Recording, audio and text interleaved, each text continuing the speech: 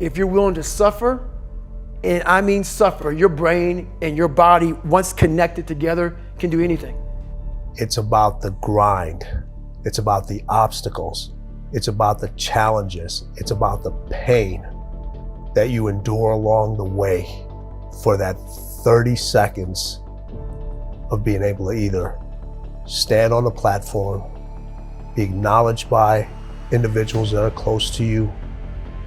But when that happens, your mind has to immediately shift back, because now you felt and tasted something that you could only get through winning. Are you willing to do it again? You have to do the process. The process is non-negotiable. It's just, you have to do it.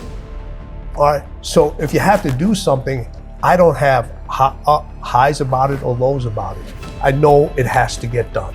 And if I let my emotions get involved in it, all right, it's not gonna get done to its best abilities.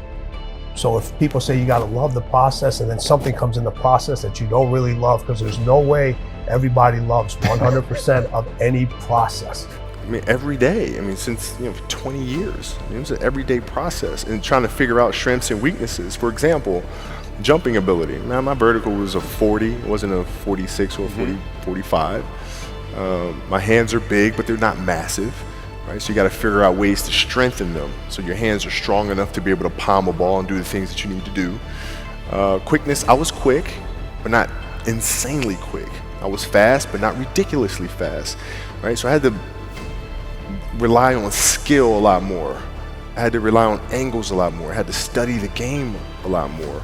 And but I enjoyed it though. So like from the time I can remember when I started watching the game, I studied the game, and it just never changed. The mentality is a really simple one in the sense that the confidence comes from preparation.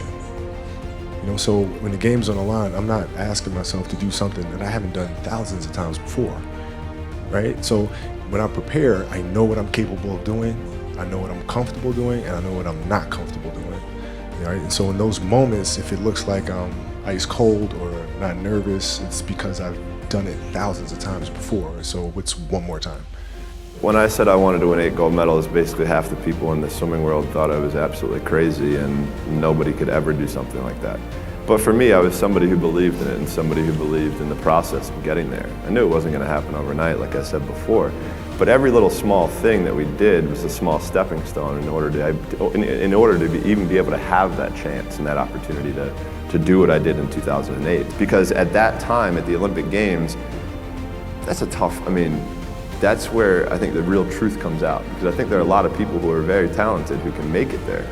There are very few people who can deal with the pressure and the stress that happens when we're there. So that's why I say we had to make sure that we were physically, emotionally, and mentally ready, because I had to be ready to be able to kind of manage my emotions through that week. Yeah, winning a gold medal is absolutely incredible. There's nothing better than standing on the podium listening to your national anthem play after you had just won a gold medal. But for me, I'm somebody who I knew that I had 7 other events after the first day. So I have to throw that in the back of my head. I got to throw that race out. Even though if even like in 08, I broke a world record, won my first gold medal. Like, I was like, cool, like things are starting really well. So I have to put that behind me to then get ready for the next race. When the time comes to focus on the game, I focus on my athletic skills and putting it together with the team, and somehow collectively going out and doing our jobs each and every day. I challenge myself to be the best basketball player every moment that I'm playing the game of basketball. And sometimes that means tricking yourself in your mind to say that you can't do this or your weaknesses are here, but yet you still try to work on improving those weaknesses. A lot of people may say, well, Michael Jordan never had weaknesses. Michael Jordan had weaknesses. He just had to dig deep inside himself to figure out what they were and challenge himself to improve those weaknesses. So mentally, I like to challenge myself to go out and play a perfect basketball game. Although I know you can't do that. It's practically impossible to play a perfect game, but that doesn't mean you can't challenge yourself to do that. I think it's understanding there's no replacement for persistence, as simplistic as that is. It's like, disappointment either destroys you or drives you, and you have to decide which one it's going to be. If you don't consciously decide, there's always going to be more BS for you to deal with.